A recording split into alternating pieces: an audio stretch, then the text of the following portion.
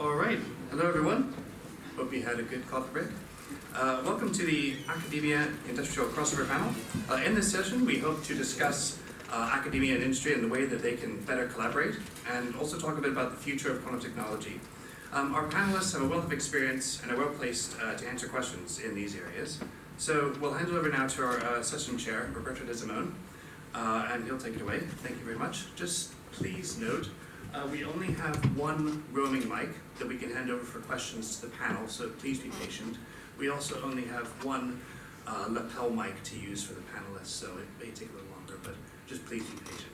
Thank you very much. I'll hand over to Roberto. Thank you. Great. Well, I think we've had a pretty good day. We've covered an awful lot of topics that will overlap with this session, so you've got another opportunity of probing a little bit more and asking some of our key panelists here, many of whom have crossed over, you know, either from academia to industry or industry to academia and government as well. We've got three areas: academia, government and industry.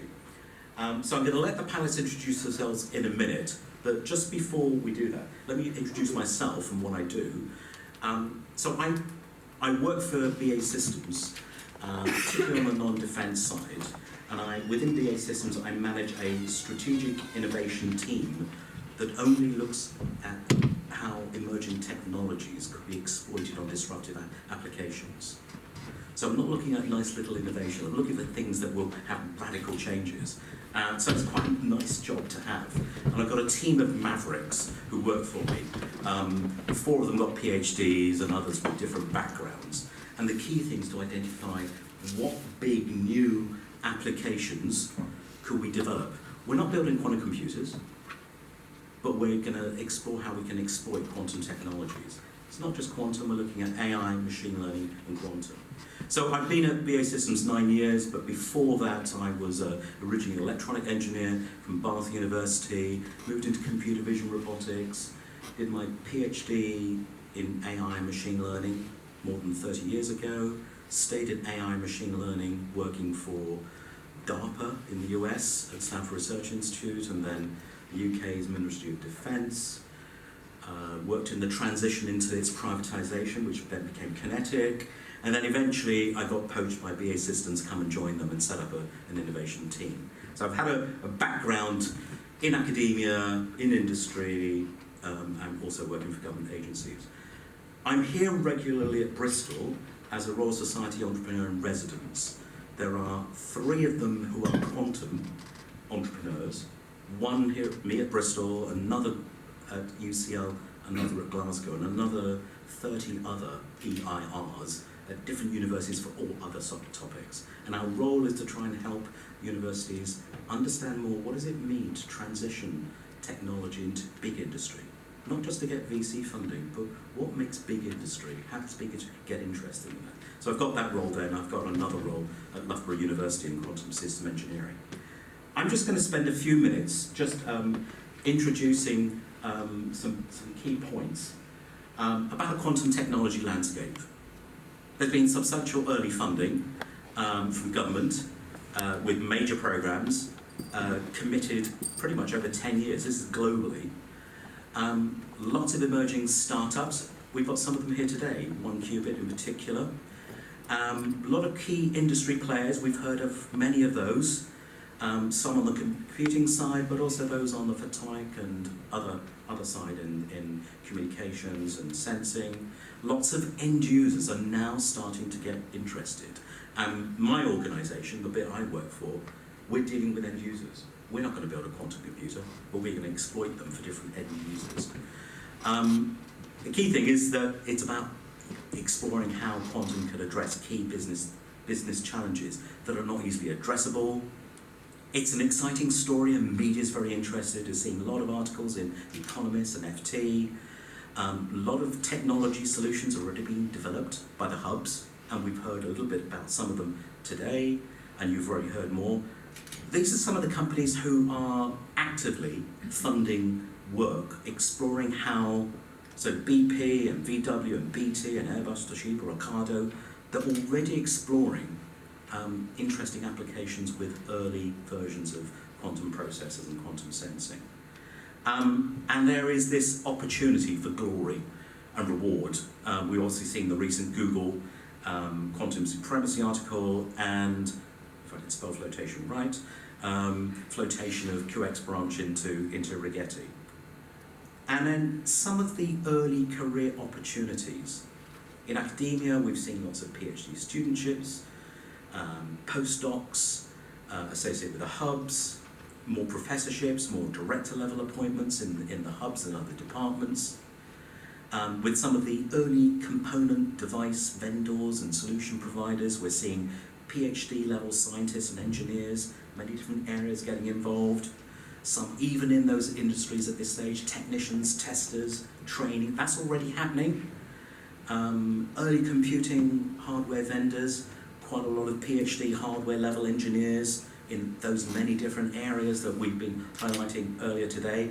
Some of the names there, the companies. Again, in those companies, they're also hiring technicians, testers, people writing documentation and training. And then the early computing application providers, PhD level applications or solution architects.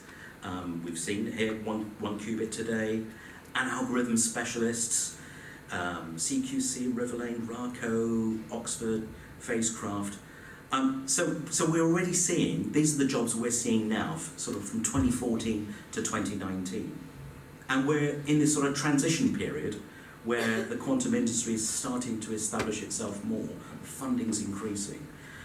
The government programs are now funding feasibility studies, potentially up to sort of £1 million or 12 to 18 months worth of work, and larger teams with not just technology experts, but end users are coming together under capability R&D programs that Simon might tell you a little bit more about, potentially up to sort of £10 million for 3 to 4 year programs, new centres of excellence, a growing supply chain for industry where there's going to be a greater expectation for product and service development and experimentation with more industry end users. There's going to be deployments over this 5-year period in industry. They might not be big applications, but they'll be testing them out in anger on some interesting small problems and growing. And we'll now see roles changing. We'll see more master's level hardware, software engineers, and even those not at master's level, because we heard some of those today. We'll have people in industry who are at the master's level and algorithm specialists sort of developing more, with increasing number of expert technicians, testers, manufacturing and fabrication specialists, pre-sales consultants, and sales and marketing people, application solution architects. It's not just about building like a system, it's about a system that will solve a particular problem. So you'll get a wider range, and there'll be more broader roles that will develop over the years. I could have written the same slides 30 years ago for AI when I first got started. There was this promise, and in fact, that's exactly what's happened. We're seeing this transition on all these roles. I'm not going to go too much on these slides because I'm going to give a pizza talk, possibly in March on this, where I'll go into more detail. But I'll just flag some of these bullet points for you to have a look, because we'll see as quantum becomes more mainstream, there'll be a need for the solutions that are being developed to be accredited and certified, and for industry-wide associations to be involved in getting broader industry players to develop these technologies. Much more regulations, more standards, IEEE, BSI, government regulations, these will all happen. And as a result, there'll be more jobs associated with each of those. And then there'll be a continued growth in each of these areas. I think I'm not going to go into the next slide, I'll just put it up there and end that for the moment. Right, so give you an idea of where I've come from and some of the potential jobs that are going to happen over the next 5-10 years. Let's now go through the panel, and we'll start here. So we've got, as I said, from academia, from industry, from startups, and from government. So I'm just going to ask to introduce yourselves, 2 to 3 minutes, who you are, what you do, and we'll then go into some questioning. So, John, if you can use the mic. Oh, yes. Hi, I'm John Rarity. My present position is Director of Cat Labs, so I oversee the whole of the sort of Cat Labs enterprise.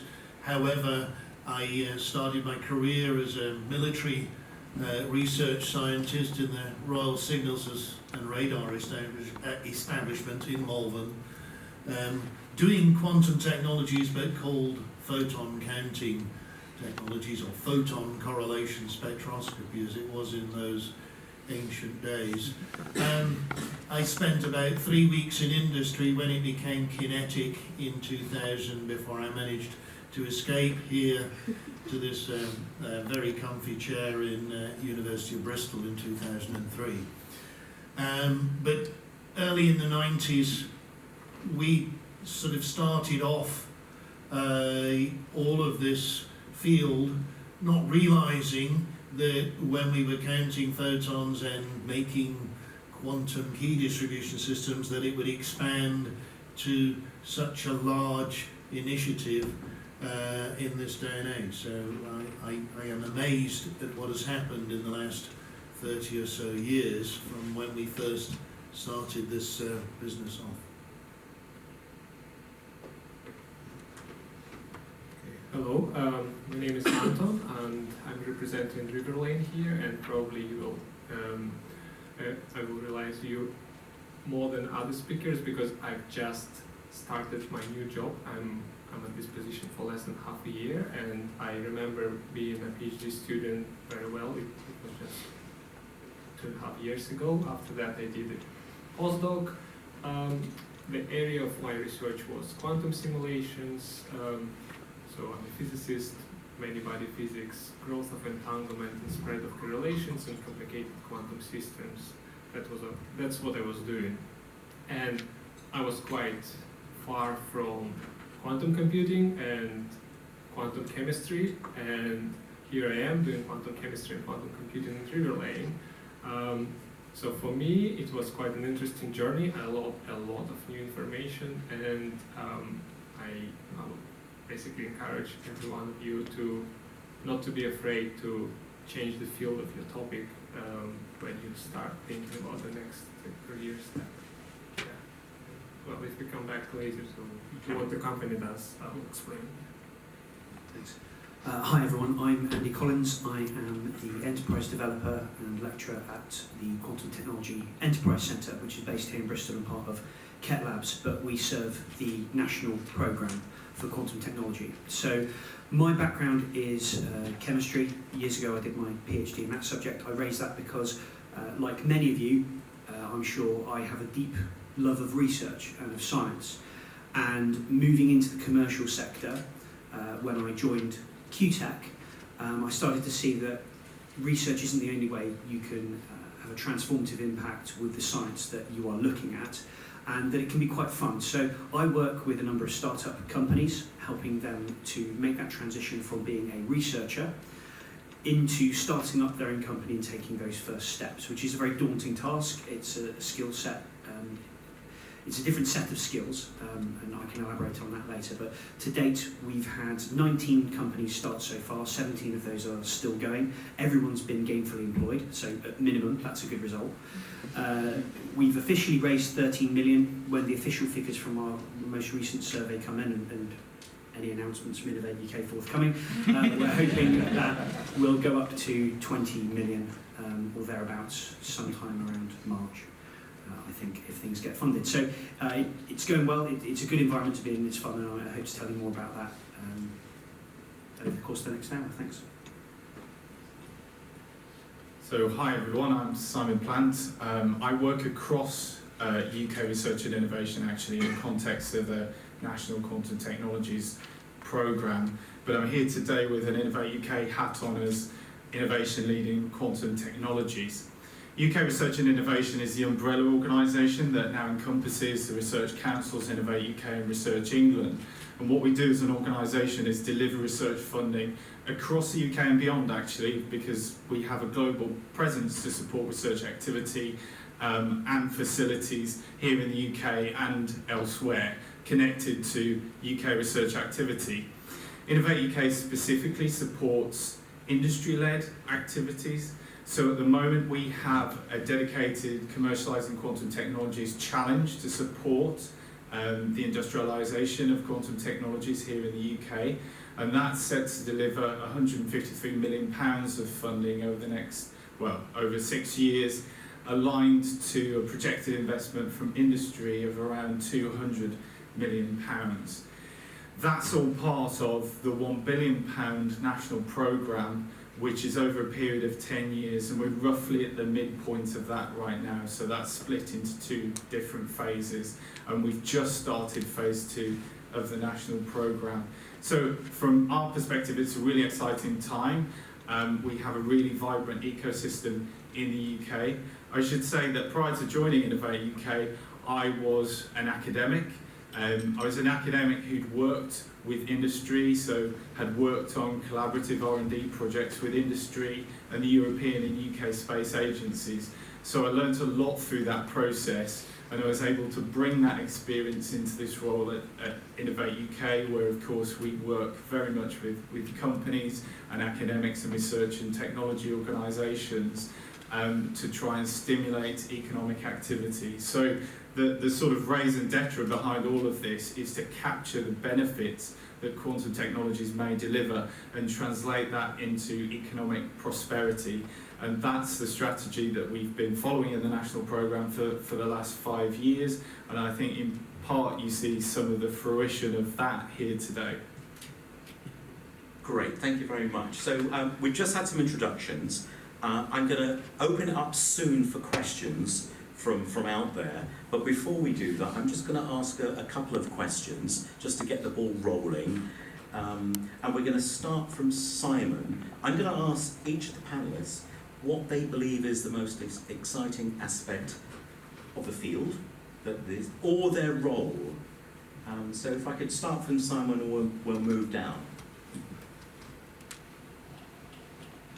So I think it's remarkable how things have transformed, particularly in the last few years, to the point where we have the talks that we've seen this morning, a number of people from companies standing up, and not just people who would badge themselves as being quantum physicists, but software engineers, etc., standing up and saying that their companies are doing well, they're growing, and they're recruiting people. Now that's remarkable. I first found out about quantum technologies as an undergraduate, and I was sitting in a course on cold atoms, and it was mentioned that optical lattices might be useful for quantum computation. So that was about 18 years ago, and over that period of time, to think about where we are now in terms of the fact that this is not just a dream or a vision of quantum computing or other areas of quantum, second generation quantum technologies, but we actually have startups and spin-outs in this area is a remarkable thing. And I'm in touch with that now on a day-to-day basis, and one of the most exciting things for me is to see the technical progress that's being made, translating that into business and commercial activity, and then for me sitting on the other side of that and translating that into some kind of strategy and informing the strategy. So I kind of have this ability to be in touch with what's going on at grassroots level and kind of feed what I see up to inform the wider strategy. Just before Andy starts, start thinking about questions you might want to ask or formulate in your mind, and we'll carry on with Andy. Come on. Thanks. So for me, the most exciting thing at the moment is that this technology is, I wouldn't say in its infancy, but it's starting to see more and more practical application. From what I've seen at the moment, there are a number of governments who are standing up and taking this very seriously. People are looking at this technology and saying, well, we have to do something with this. Because of that, there is a lot of support, there's a lot of drive behind it. And at my day-to-day level, I'm seeing people start up companies and actually make that move, get a product out there, get something that's actually quite transformative. And it feels a lot like, there's a really good sort of BBC documentary about the advent of silicon chips. And how transformative they were and what happened. And it feels like people are moving into that space now. It's almost like there's a space race between other countries, except there's no enmity there. No one's trying to outdo each other. Everybody's sort of working together. It's a pre-competitive space. It's really easy to collaborate with people, which you sometimes don't see in industry, because everybody wants this technology to work and to find new applications for it. And so in your shoes at the moment, moving into this, there are opportunities for jobs both in academia and outside of it where your skill set is going to be really highly valued. And so it's a really exciting time to go and really start off quickly in your careers at the moment. And I think for me it's a really exciting time. It's early. You can be on the ground floor on something and building something big, and there's a lot of opportunity there. Thank you. Okay, there is really not that much to add from me, but I'm really excited to be a part of this new emerging technology, and I always think about how classical computing started, how it started from analog computers, and then digital computers appeared, and then it was first products in the labs that scientists built tools for scientists, then later companies got interested in this, and then only personal computers appeared decades later. I'm excited now to be in the beginning of this journey for quantum computers, and I believe that within our lifetime we'll see use applications which would be maybe not commercially available, but they would be available for big companies to purchase for for a substantial amount of money, or by some collaboration from companies who would provide quantum hardware devices. Yeah, and in the beginning of my undergraduate, I was always interested in quantum simulations, but at that point it always looked like it's so far away and it would never happen. But nowadays, what people study at the university at the bachelor level, you get a completely different perspective because it becomes more and more real with every year.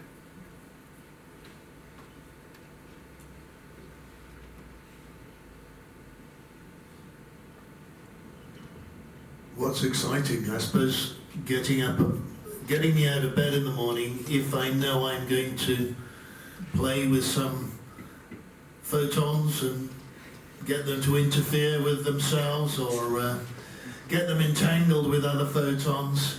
In other words, if I have a wave and a particle at the same time during my day, I'm happy. But if you think beyond that, what are we trying to do? We're trying to hit the moon. If we look at the biggest target of building some sort of programmable quantum computer that can do useful things, not just simulate themselves as Google might be doing, but actually simulating real molecules or arbitrary molecules, or calculating or factorizing large numbers. So those guys, they're bringing in a lot of money. The Googles, the CiQ2020, which is a Bristol startup, and others are bringing in, well, hundreds of millions to build these things. Now, there's a gold rush here going on amongst VCs, amongst people like that, and one or two of these companies are going to turn into $10 billion or £10 billion companies. So that's the sort of one or two. But the people that supply the tools to those gold diggers are going to be the ones that pretty well guarantee that they are making a profit, are making the money. So this is the old story. There's a gold rush. What do? You sell spades. You actually take the component, you build the components, and you sell them to you're a guy who can program FPGAs. You go out there, you go to a quantum computing company and say, I can control the classical parts of your quantum computer. So there is a great opportunity, and there will be one or two or three of these large efforts that lead on to amazing, revolutionary computational outcomes. And we can all, from the theorists to the hands-on experimentalists to the hands-on electronics engineer, contribute to it. Thanks very much, John. Let's open things up to the audience. Have we got any questions at this point?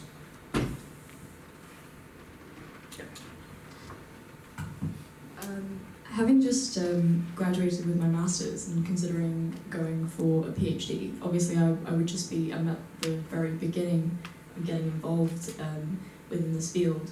And I would be on the other end if I was fortunate enough to be considered in 4 years' time. And you've sort of set out a trajectory in terms of where you expect this field to go.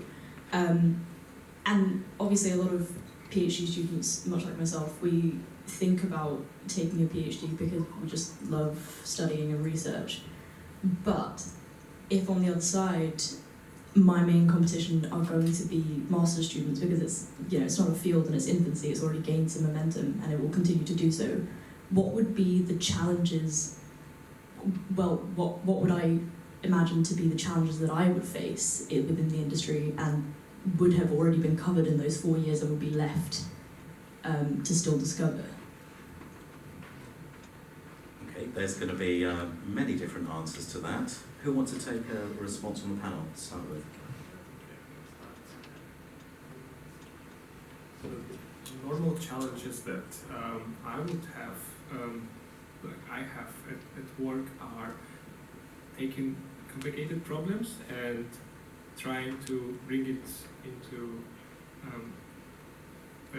bring it down to simplified steps where you can analyze and gradually improve if each of the steps, either alone or together with the team, or explain and present your results to your colleagues.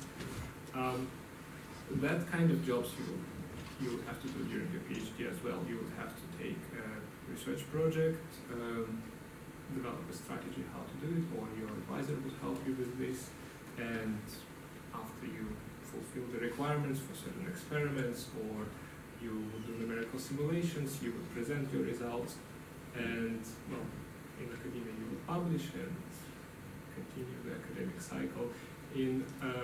But you see, always in industry and academia, you would need the skill of finding how to break down a big problem into smaller pieces, how to explain those pieces to others, how to work together with other people.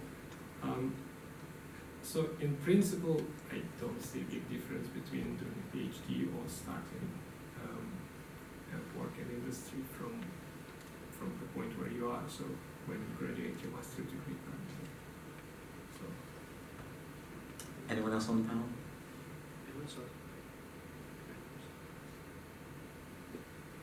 So I think part of your question was about what might move on while you're doing your PhD. And I think this goes back to John's point, actually, that this is a gold rush, but there's lots of digging to be done here, and lots will move forward. And I think we heard from the talks earlier in terms of the importance of business being close to academic activity, and that's absolutely true now, and I think it will be true for the foreseeable future for a very long time. And so while you're potentially doing a PhD, you're driving forward an area at the forefront, and that may be of interest to industry at some point as well. So while things are going on in the industrial sphere, while you're doing your PhD, in a sense you're contributing to the knowledge that's being generated, and actually that might be useful to industry in of itself. But also, going back to the point that was just made, it's the skills that you develop and pick up that are important too. And I think there are kind of some general skills that you would pick up doing a PhD which are really useful. I think in this area in particular, it's useful to have an ability to keep on top of a large information flow. Things are very, very complex. Even if you go into other areas such as more business-focused areas or program or project management, there's still a lot of complexity there, even where you're not necessarily directly dealing with quantum systems. So to have someone who can keep on top of a big information flow and understand complex systems and have a handle on that is really, really important. And I think kind of doing a physics degree and doing a PhD helps to drive that kind of thinking and develop that ability. So I think a lot of people in this room will have a kind of general skill set that lends themselves very, very well to working in different parts of business and industry, which connects into second generation quantum technologies. Yeah, so I'd add that I don't think it's a situation of either or as well. you're not going to miss out on one if you do the other. You'll become an expert in what you're doing. You'll learn very valuable, marketable skills as a PhD. You'll probably come out and able to be able to command a higher price in the private sector if you're that way inclined. But what about an industry-sponsored PhD or something like that, where you're working hand in hand with someone else and they might be part sponsoring it, something like that? There's lots of people here you can network with. They might be interested in being involved with a PhD while you're doing that. You could work in the company and do a PhD while you're on the job in the company as well and get the best of both worlds and get that, and then you're not losing out at all. And you might have a job at the end of it, which is even better. So.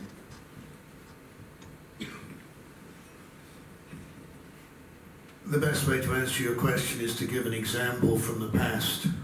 In the late 40s, early 50s, in Manchester and other places, they built vacuum tube computers. That's where we are at. Is computer science dead, a dead field now, 50 years on? No. So one can see that if you ask John Martinez, how big would your quantum computer be if you built it out of the qubit, the physical qubits that you've got at the moment? The answer is a football field or two in area, all at millikelvin temperatures. So there are a lot of, down at the fundamental level, if you want to do a PhD and you want to do research, look at building the nanometer scale quantum transistor or quantum gate, because that's what's going to be the future in 30 years' time. The quantum computer will not be built in 3 football fields by John Martinez. It will be built by the next generation of technologies. I'll just add to that.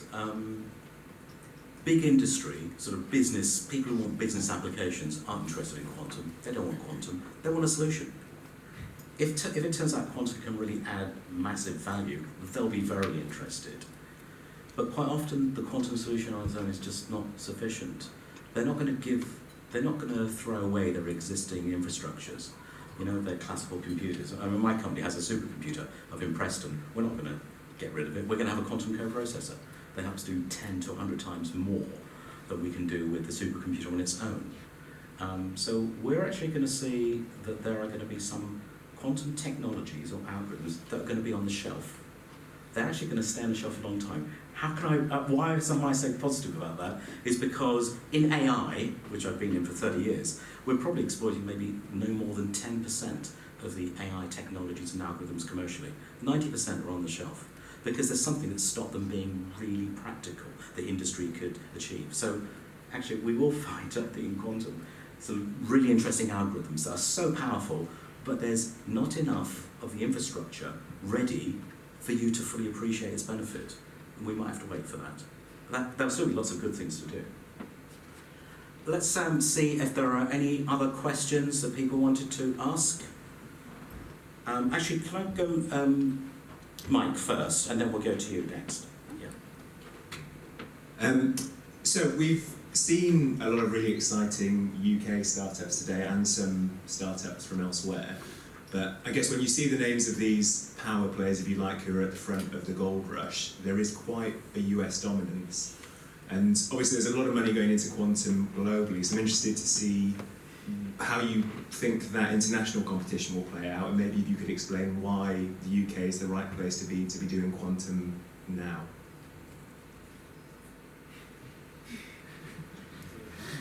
Simon to start with, maybe.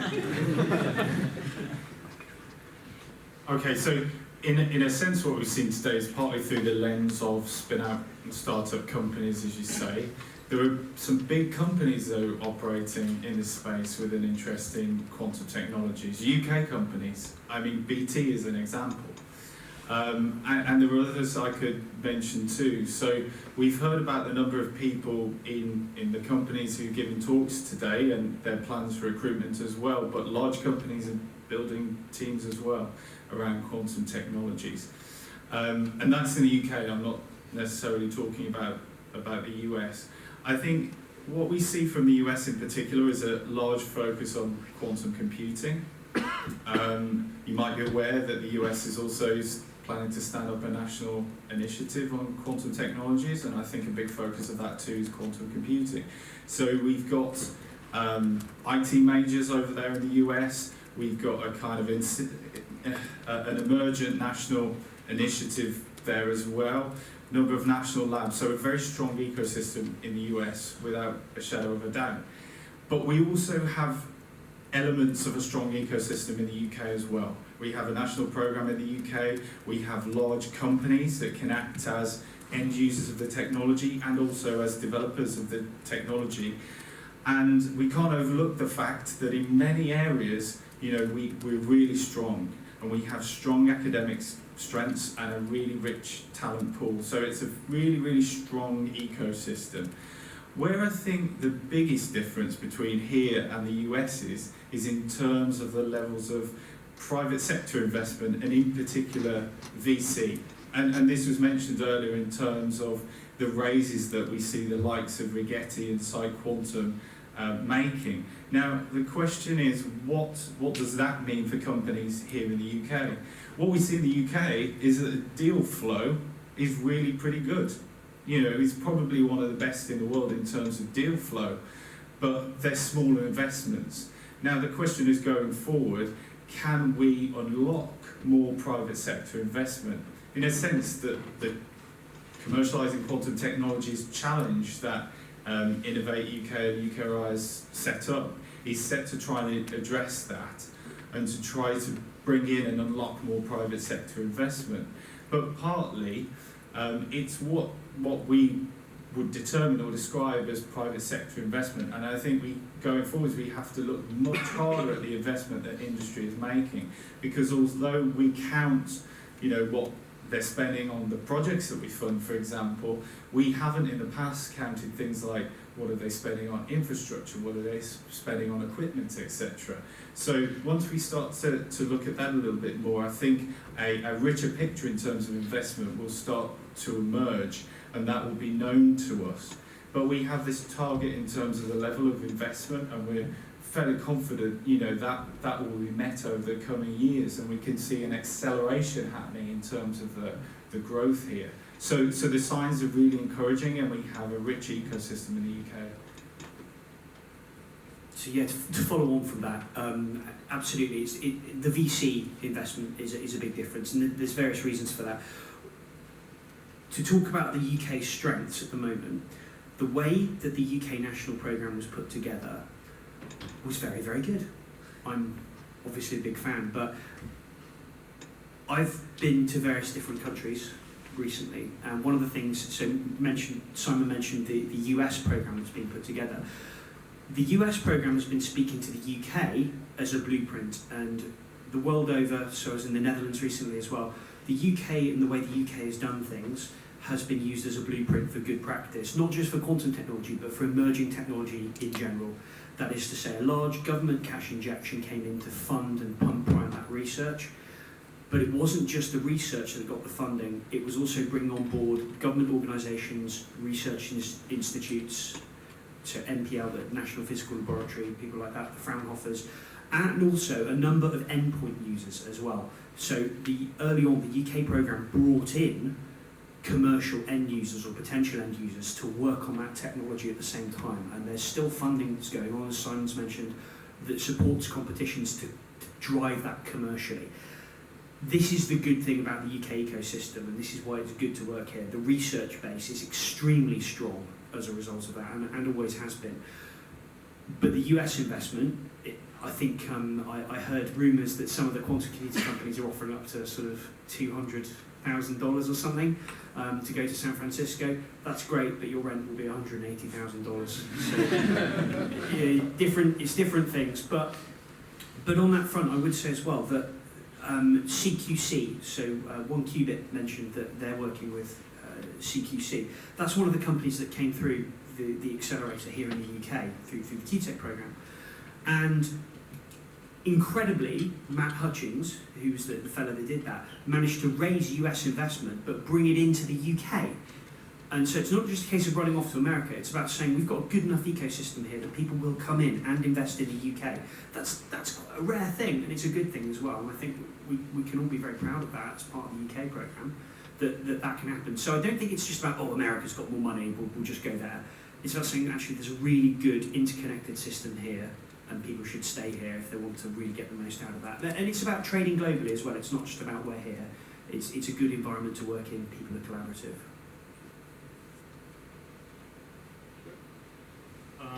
Well, I give just a slightly different perspective compared to the previous speakers.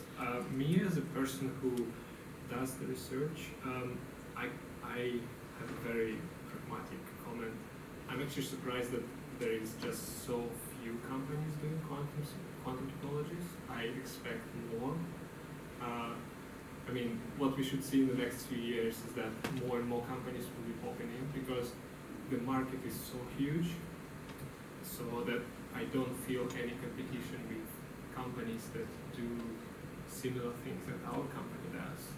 So I don't see any clashes of interests. I mean, surely they might appear, but we are at pre-competitor market currently, so what we should see is just more and more companies will appear in the next years. Anything to add, John?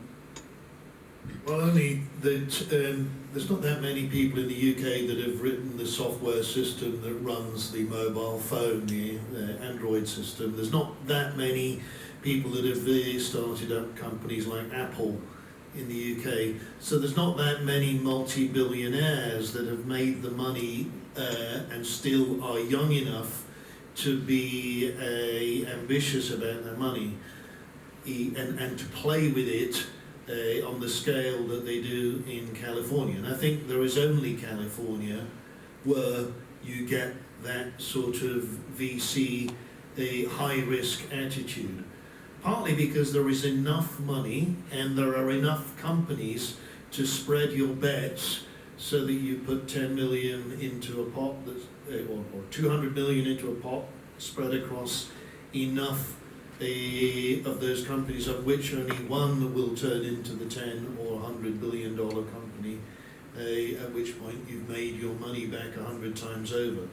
So that's how VC capital works. And here in the UK, there's plenty of it about, but it's on the million, not the £100 million scale. So we work within that. If we can get to the point in some of the companies we're setting up where there is the potential to go to the $1 billion value, that money will appear. But it will only appear really when we've got to that stage, and you have to start from somewhere, and that's probably a few $100,000 to get a company started.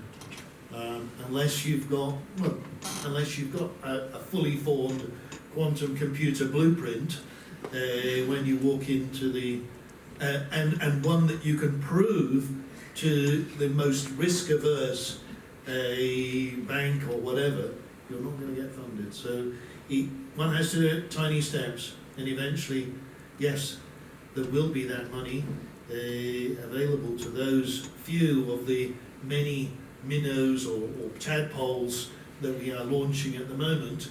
Some of those tadpoles will grow into whales. Let me add to that. We're talking about VC funding, and people, are getting access to VC funding. Once they've got that funding, those companies have got to sell to other players. They've got to sell to big industry players or other players. And as an example, BAE Systems is an 88,000 people company, $18 billion turnover. And there are other big companies like that around. They are putting money in. They're not putting a lot yet. They're doing some of it. Simon highlighted in the national programme that the 153 million are expected to try and bring £200 million worth of match funding from big industry, which sounds good. It is good. But I'm still having difficulty convincing my board level directors to put lots of money into this area because they want a lot more evidence.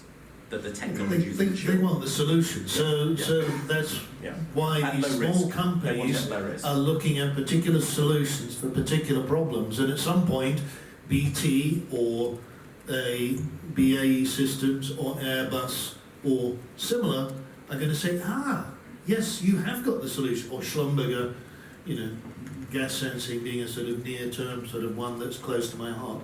Somebody's going to come along and say, yes, we want this on every oil well or in every refinery or on every jet plane. There'll be one or two of those sort of the seedling ideas that people are putting into little companies now that will be bought up and solve problems. Okay, we did have some other questions. Yeah. Okay, my question rather touches cryptography. So, a lot of funding for quantum computing comes from departments for research. They fund PhDs, they fund professorships, stuff like that. They fund tenure tracks, but I mean, wouldn't it be much more interesting to fund anything related to quantum cryptography by the military? And I also wanted to ask how Great Britain after Brexit will keep up with the Europeans, with Germany, with France, whether there will be collaborations, stuff like that. Does anyone want to pick that one up at this stage?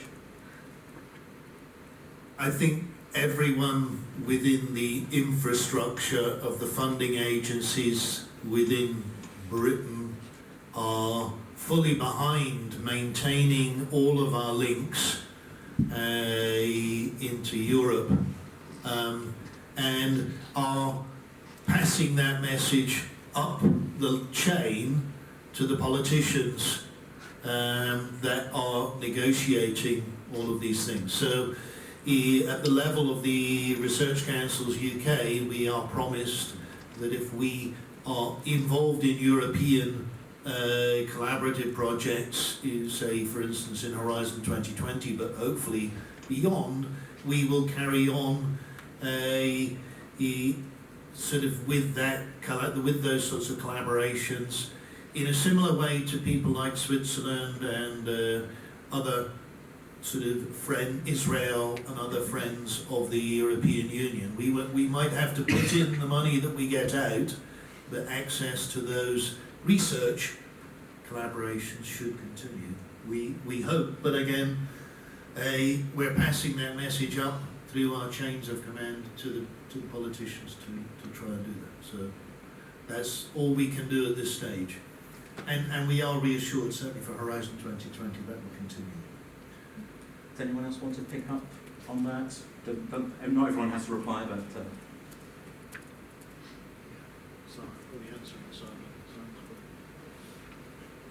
So I think you had a question in there as well about cryptography, and I think that pointed to kind of the balance of priorities for funding and investment.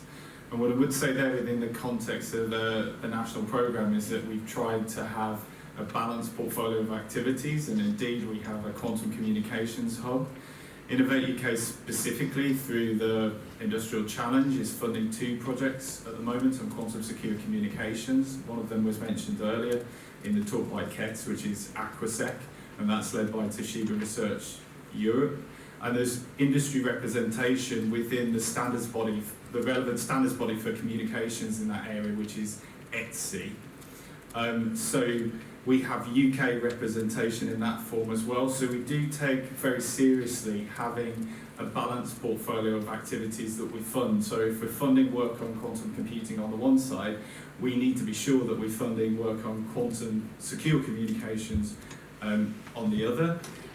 Just picking up on John's point about interactions and interfaces with Europe, I think it's probably incumbent on the likes of us to kind of raise the issues around things like standards and interoperability, which are all very important, particularly for communications and for continued relationship with Europe. So we can set out that general context and the need.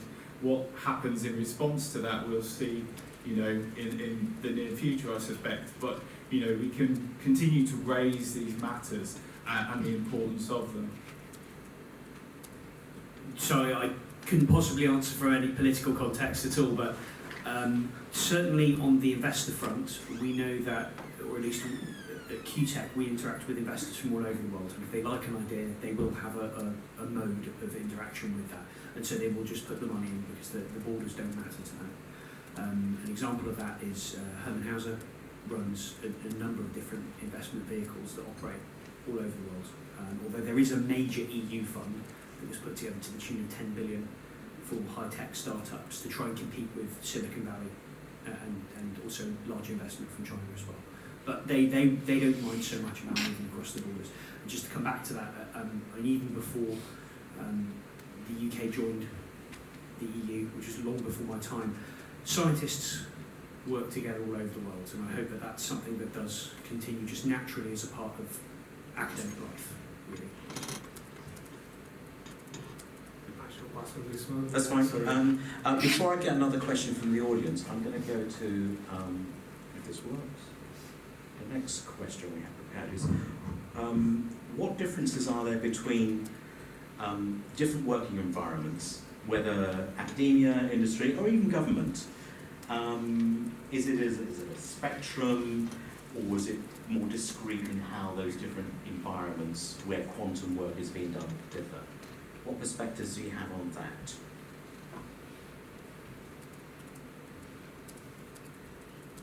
The difference between an academic wakes up and says, okay, there's an obstacle in my way, how do I get around it?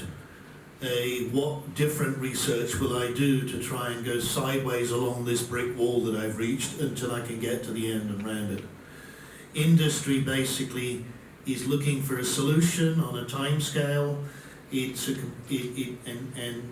as such is driven by, is pulled by what's on the other side of the wall, and if that's pulling hard enough, it'll either pull through the wall or over the wall or whatever. So we have a little bit more of a sort of relaxed life in academia, I would say, in the sense that we write projects in a loose enough way that the milestones can be delivered by delivering something else because it works. To be honest, and that's of course how we discover new things, is because at this point I could write a project and say in 3 years' time I will be at that point, and I can pretty well guarantee that as a researcher I won't be at that point, I'll be at some other point, but it's almost as interesting. In industry, of course, or in an industrial application, you've got a problem you're trying to solve. So that's where you've got to end up. And as a result, you have to throw a little bit more resources at it. You have to make everything a little bit more robust, and you've got to make sure that your plans are a little bit more sort of rigid or well-defined at the beginning. In other words, if you're going to build a building, you've got to make sure that the posts you put in at the bottom can support the 10 floors that you put above it. As a scientist, you can be a bit more loose because if the building falls over in a particular direction, you can say, oh, I discovered some science about buildings falling over. Maybe that's a bit extreme, but you sort of say. Anton. Yeah, so I can comment on the research part. So because having experience in doing research in academia and in industry, I would agree with John. So that in industry, research is normally target-oriented. So you have a problem and you need to resolve it, and within given time scales, you try the best, and by the end of the deadline, you decide whether you move on, pick a new problem, or you can dedicate more time if something doesn't work, or you are satisfied with the solution and you say we've succeeded. In the research, quite often there is no limit of perfection, so you will always be able to find the next step, think what will be the next publication you can do, what next collaboration you can work on. And it can be a bit frustrating sometimes. As a young researcher, you might think that it's a never-ending story. And that brings my next point, the difference between academia and industry. In industry, I find there is much more collaboration between within the team. So you wouldn't feel that you do research alone as much as it happens in academia, and depending on the field in academia, it might be a different level of teamwork, but quite often it's only you and your advisor who know what's going on. You might have another collaborator, but chances are he's on the other side of the world and you can only interact with them over Skype. Well, it's a normal story during PhD. In industry, well, a big part of research is planning. You need to decide what you can do within the team, together with the team, and well, you can also include the collaboration from inside or outside of the company. But ultimately, you will always be working with somebody, whether it would be your line manager, whether it would be a research advisor or another software developer of your level, but there will be at least somebody you will be able to talk to, address very technical questions, and discuss. So you would never be, you would never feel alone. So that's probably the main difference. So from my point of view, I think the major difference we've seen between the sort of the academic and commercial environment is timescales and expectations over timescales, really. As John's already said, academics can work at their own pace. Companies tend to have deadlines that have to be in on a particular time, and that's critical to the success of the company. In terms of other differences between the environments, I think certainly what we see for the startup scene as well is that you're not focused on one problem, you're not becoming an expert in one area. I think the picture earlier of the guy, one-man band, that's the word for it. If you're running something, you're going to have to be, if you're in a commercial environment, you're going to have to pick up a lot of surrounding peripheral knowledge that might otherwise be handled by other people. And that's true in an industrial setting as well. But certainly if you're early stage and starting up on your own, you're going to have to know things like legal compliance, when to sign a non-disclosure agreement. Lots of these very small things that can actually sort of trip you up, which otherwise you don't have to worry about so much in academia, but they're not so different. One thing I would say though is if you're still working in the academic environment, don't write to a company for a letter of support 1 week before the deadline of the grant. That really annoys them. I get that a lot from people, and really that's everything from me. So I would echo the observations that have been made in terms of the contrast between academia and industry. Inevitably, no matter how applied the research is in an academic environment, at least as I see, it will always be discovery-led. Whereas in industry, people are working to very specific deliverables on specific timeframes, and they work back from that to structure, how they work and operate, and they work to those deadlines. So I would say that's the main distinction. From a kind of UKRI and government perspective, we operate at a kind of strategic level where we're trying to think about what will happen for the UK landscape, or what it will mean for a particular sector or an area of quantum technologies. And sort of similar to industry, we have to look at when we have to deliver things, and we kind of work back from there. But what's really important to me is that we're not separated in that decision making on strategy from the communities that will impact, and that I feel we try at least to represent. So it's really important that we stay in touch with what's going on at that grassroots level, and we have insights into the technical aspects of the work that we fund in order to inform that strategy. But I would say in terms of following deadlines and that kind of thing, that it can be quite similar to the managed environment of industry. I'll just add to that. So in my organisation, and some big organisations, they quite often have skunk works.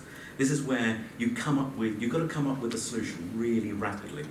If it's a defence-oriented environment, it's an urgent operational requirement or a commercial one. The idea is you come up with something radically different, maybe truly disruptive, but you might have to do it in 3 months. That doesn't mean you've got a big, complete solution. You're pulling things off the shelf, packaging them up to achieve some really interesting things. That's real interesting brainstorming. It's not research, but it is true innovation. It's quite exciting. A lot of our people want to get involved in UORs, urgent operational requirements, or these sort of skunk works tiger teams. So they can be quite interesting. I think there might have been some other questions. Yeah, let's get another question from the audience.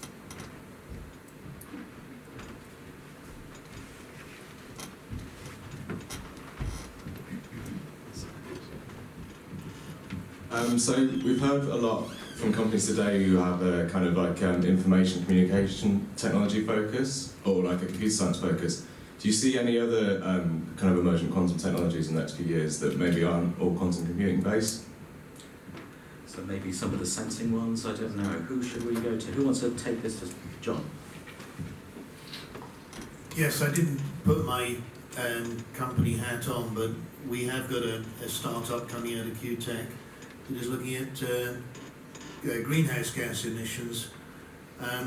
It's not what one could call quantum 2.0. It doesn't involve entanglement or interferometry or anything. It just involves the fact that over the last 20 years or so, photon counting detector technologies have improved to the point where in the infrared 1.55 microns, 1.65 1.55 microns is wavelength as well. Communications infrastructure, your 5G, your 4G, is based upon all of the fibers in the ground. So those technologies have been researched into, and you can ride on the back of those, build photon counting detectors at in this case 1.65 microns, and measure gases.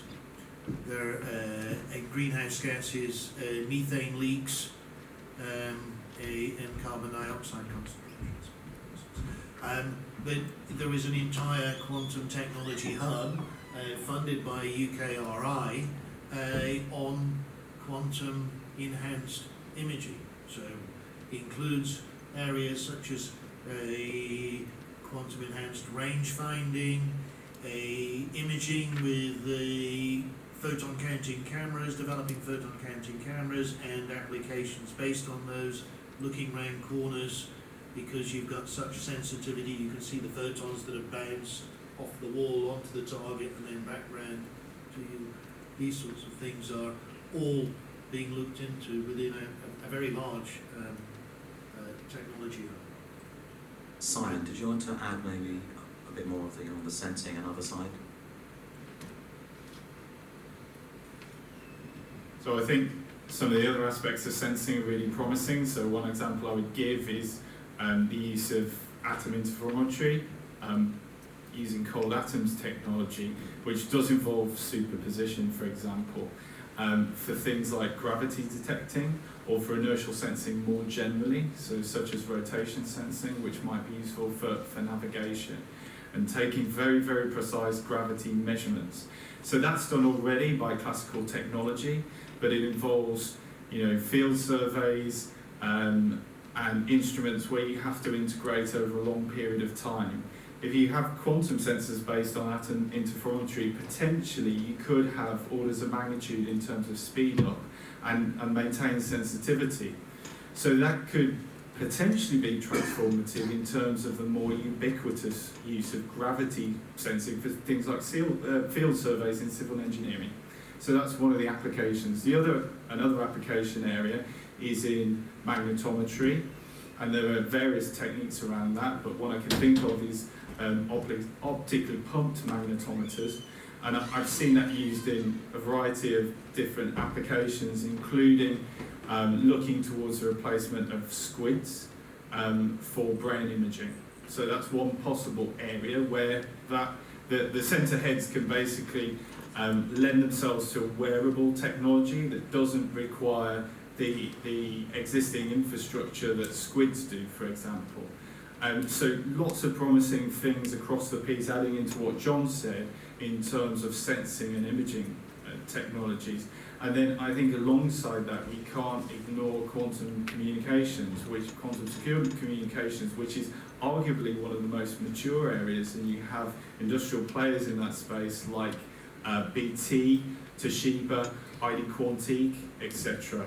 on the quantum key distribution side. And I think that's really promising and a real opportunity for the UK as well in the nearer term. So absolutely, I agree. Quantum computing is very exciting, and what we see in terms of the formation of startups and spin-outs and the level of investment that that's attracting is really exciting. But alongside that, there are lots of really interesting things going on in the other technology areas, and it plays in a sense to some of the UK's strengths. So if we take quantum communications, for example, we have a very mature telecom sector and infrastructure to be able to pick that up and pull the technology through and translate that into commercial benefit. And that's a really good story, I think. So all of the companies you just heard of, some of them we've been working with as well. So we're working with the Magnetometry company at the moment. They're looking at joint venture. There are, it's something that I'm quite excited about, going back to what's actually exciting about this at the moment. There are a lot of peripheral technologies that come out of working with quantum technology. So the photon counting is just one thing that comes out of quantum technology. We've been working with people who've been doing TB sensors. We've got a company called Fluoretic that looks at detection of sepsis as well, using nanoparticles. A lot of diamond technology. So Bristol's got an everlasting battery, is what it's been quoted as, but it's a way of taking a wide bandgap semiconductor. The kind of technology, you need something that's a good carrier for that in terms of a diamond material. Those diamond materials were developed for use as hollow core fibres for interferometry and optical purposes. There is a lot to be done with the peripheral technology, even when it's not at the end point or the functional aspect of what you're doing is quantum 2.0. A lot of materials design and new materials has come out of quantum technology. So there's lots of stuff that's not just quantum computing and the sensing metrology. I think if you get to see Harriet White's Gerald Bueller's camera that can see underwater through murky water, that's some really cool stuff. But there's a lot going on out there. It's not just quantum computing. I get asked about, the moment you mention quantum, certainly people tend to think it's just about quantum computers, but it's not. There's an awful lot of other applications as well. The gravimeters, the timing, so that even in the banks at the moment, we wondered whether or not quantum computing would have an effect on the banks. I think the PhD students here at Bristol did a project with Deutsche Bank to see whether there would be a speed up of the algorithms of some of their trading things. And it turned out that there wasn't. I don't know if anyone can, Pete might be able to say, but there was like a minimal speed up of one very, very minor thing, but the real value to them was the time that you can get from a project like Minac from MPL and things like that, where you're timing your transaction and you're doing it accurately over with a clock so accurate it never goes out of time basically over billions of years. So those things actually have a massive transformative impact. Even though you might look at it and go, well, it's just an atomic clock, which is Anton, a model of engineering. Did you want to add anything, Anton? Not particularly. I just sometimes when I think about this question, I always imagine how the European initiative, Quantum Flagship, has this nice picture on their website where they represent the quantum technology split up in 4 main pillars: quantum sensing, metrology, simulation, and computation and computing. So what we will see over the period of next decades, that some of those pillars might split into self-defined fields, and which would be called slightly different. In quantum computing, for instance, people think beyond VQE. The VQE is currently the go-to thing in quantum computing, but there are so many other quantum algorithms that people try to implement and find useful applications for them as well. I cannot talk for other fields. Okay, any other questions? Martin? I don't know whether this is a slight curveball. In AI and in robotics and in cyber, ethical questions have become front and centre. What's the ethical question that's going to derail quantum? in the sense that the general public are going to get very upset about it. Because right now, nobody's mentioned it all day, and quantum scientists and engineers can freely get up in the morning and think about what their photons are doing, John, and not worry about some of these issues. And yet you cannot do that in AI any longer. So is that going to... So actually, let me add something further. I'm involved with the all-party parliamentary group on AI, which involves getting people from industry and academia reporting on things. Ethics is, and it's AI. Ethics is absolutely critical and key. Bias in algorithms is one of the key things.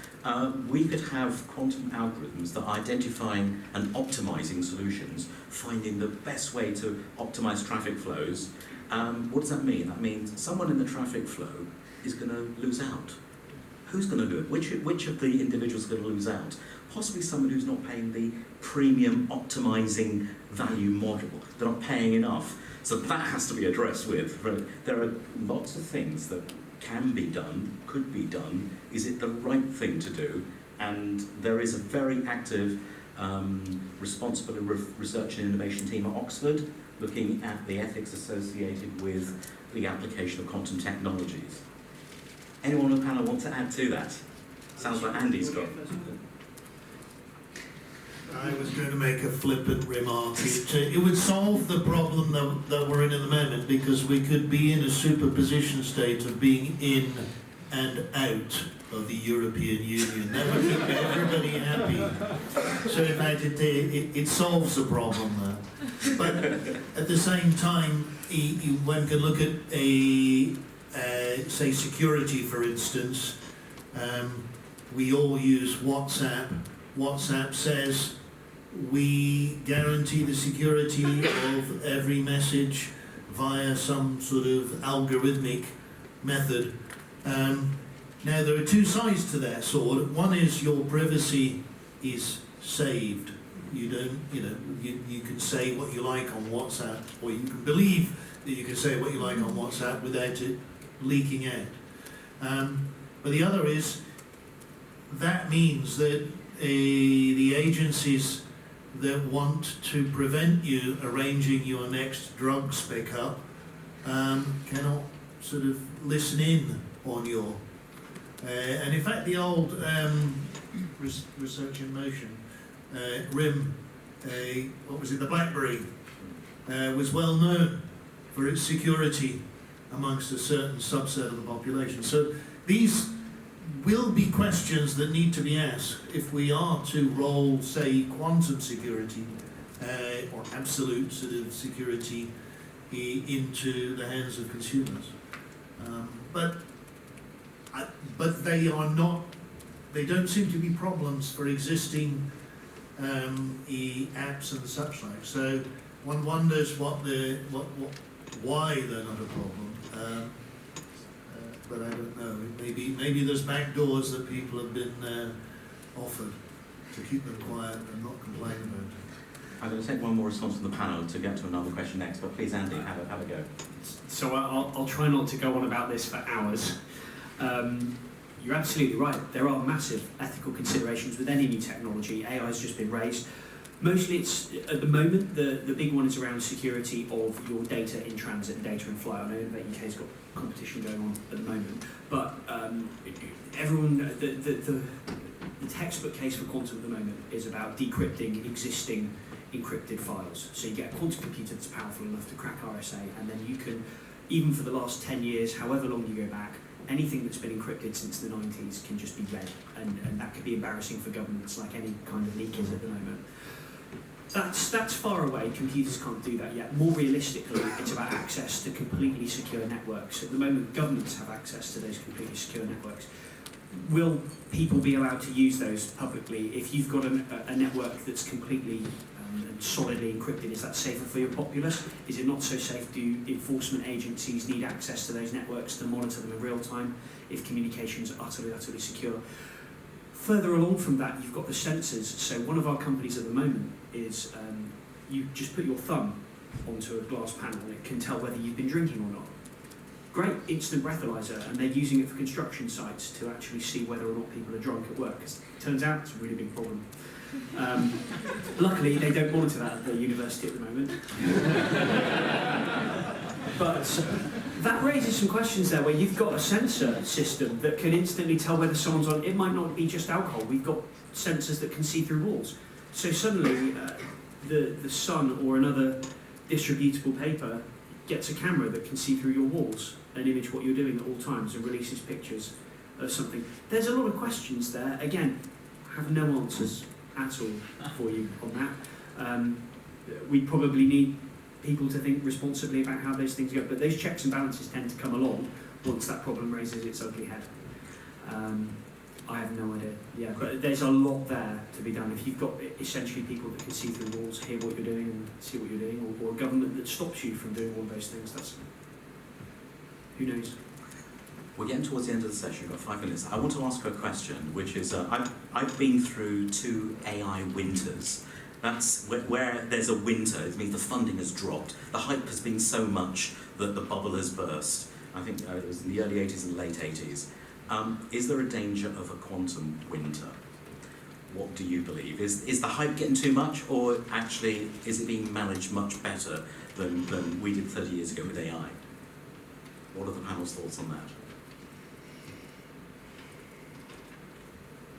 So Roberto, I'm glad you posed the question, because it picks up on something that I was saying earlier, really. In terms of the comparison of the levels of investment and the thinking of the US compared with the UK. So I think in the UK, what we can have an ambition for is sustainable growth. And that's the question in the US right now. So I sense a lot of the prevailing thinking right there, particularly from investors, is around the question of whether there'll be a quantum winter. So effectively, I think what they're saying is there a bubble now? And when will that bubble burst? And then we'll just have something that's a plateau or a steady state. And, you know, in the UK, I don't think people think in those terms. You know, we're not in the position right now, at least, where we're seeing huge private sector investments in the way that they're happening in the US. But the question would be, is that a good thing in terms of what that means for sustainable growth? I'd like to think that what we're growing are robust, sustainable companies here and a robust, sustainable ecosystem, and that more and more private sector investment will follow the public funding, but as I say, in a sustainable way, and hopefully we can try and avoid a bubble. Of course it will be impacted, you know, we live in a global marketplace, so we don't exist in glorious isolation, and anything that happens elsewhere in the world, particularly in places like the US, where they have such huge investment and such a big economy, you know, will clearly impact what happens elsewhere in the world. But having said that, if we look at what we can do locally here as a collective, as, you know, business and government and academia, and research and technology organisations working together, if we can make that growth more sustainable, I think that puts us in a good place. So I would say, I would sort of pose a question in a sense, is steady growth the aspiration here rather than a huge bubble? Comments from us on the panel? Anyone?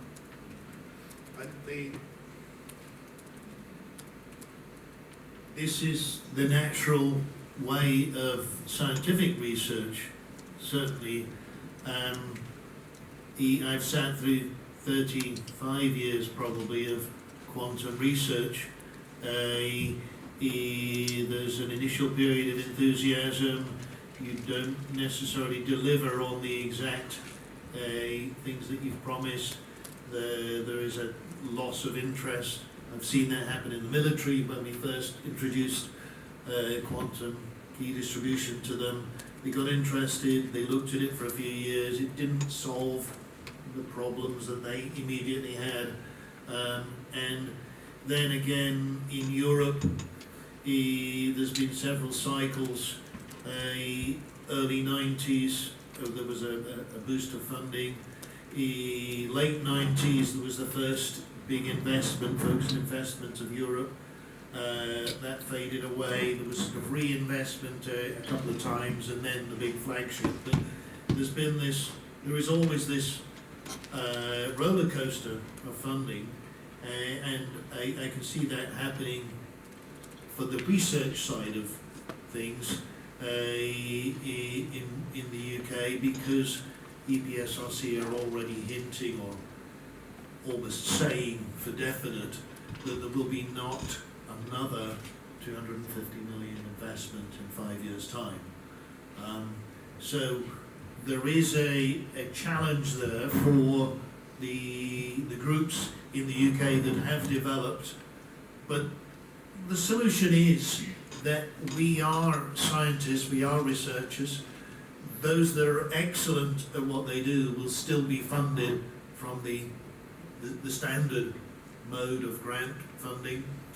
Those of us that are flexible enough will shift our focus slightly to fit quantum into an area that is growing. We have the agility, I think, or the good groups will have the agility to keep the basic research on until the funding comes back and move the more applied stuff towards more realistic applications. So I'm going to go to a final question. We're virtually out of time. And the question is, who will build the first commercially available quantum technology? Not computer, just quantum technology. Who's going to be the first to commercially available? And I think Who was the first? Or who was? And we're probably talking about big technology that will address big problems. Is that it? Andy? I'll just answer the was, because in 1965 ENI electron tubes started building photon counting photomultipliers, and it's only recently that they've stopped selling those photon counting photomultipliers because solid state detectors have taken over the avalanche photodiodes. So there has been some form of quantum technology for 35, 40 years or more. But yes, for purely quantum inspired, I think my mind would still be set in the near term on some form of quantum enhanced sensing, making a big comeback. I think I'm squeezing the microphone. Okay, that's my bit. Anton? Yeah, I would just answer in a different way, but for whoever is familiar with Tour de France, it doesn't matter who wins the first day of the competition, it matters who would win 4 weeks or how many, yeah. So in a sense your question is like, who's going to win the first day of the competition? So it wouldn't mean much.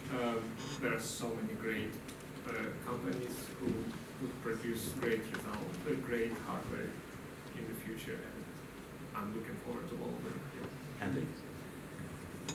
That's a great answer, and yeah, I mean, Google was the 13th search engine, so that's exactly the point. But I think D-Wave I think they've been vindicated that they're doing something vaguely magical. So they've been running for quite a while, and they're doing really well. They've made an absolute stack of money, and so you can't argue that they're not a successful company already, and they've been going for 15 years now, I think, something like that. So they're probably the first in terms of that computing space, the first people who've come onto that. And I think sensors and metrology, I think Teledyne are doing some quite big things. They're working with satellites, and the atomic clocks that they've got going there are quite transformative. For day-to-day things, I think the magnetoencephalograph stuff, being able to do MRI scans in a GP surgery is something that really, really will be very, very big in terms of making medical diagnosis quick and diagnosing people quick. And that's the real sort of crux of this, the human impact of it. That's Simon? So I think basically we're there now. So companies are shipping boxes on quantum key distribution. Other companies sit in the supply chain for second generation quantum technology, so you might not be able to buy a quantum gravimeter off the shelf right now, but there are companies who are selling products which are the laser systems which will make up future gravimeters, quantum gravimeters. And as Andy was saying, you know, the other big opportunity and the area that has a long heritage is atomic clocks and compact atomic clocks. So I would say that, you know, we're really there now, and of course just to, in a sense, pay tribute to them, but to D-Wave, they've been a pioneer in terms of pushing forward the agenda on the commercialisation of quantum computing specifically, and they were there first. So I think, they deserve a lot of credit for that in terms of shifting the agenda and the focus onto commercialisation. But, it's really promising, and I think really we're there now. Great, thank you very much, Simon. We've had an hour and a half. I think that's the end of this session. I hope you found that interesting, and it carried on a lot of the discussions that we heard in the earlier presentations today. Could I ask you to thank the panel?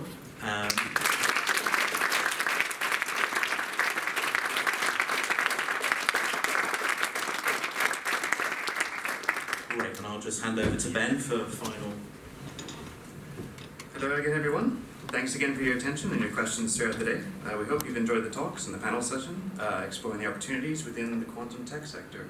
So as we close the first day of activities, we'd like to invite you to use the following free time from now until about 6 o'clock for networking or relaxing. You're free to leave the venue and come back before dinner, but unfortunately the zoo is closed now to visitors. So so the dinner will take place in the hall downstairs. This is also where our bar is located, so if you saw it on your way out to the zoo, that's where we're going to be having dinner, where the bar is. At the dinner, free wine and soft drinks will be served, but in the meantime, the bar is going to be open from 5, and so you can buy yourself a drink early if you'd like to. Thanks again for listening, and we'll see you at dinner at 6.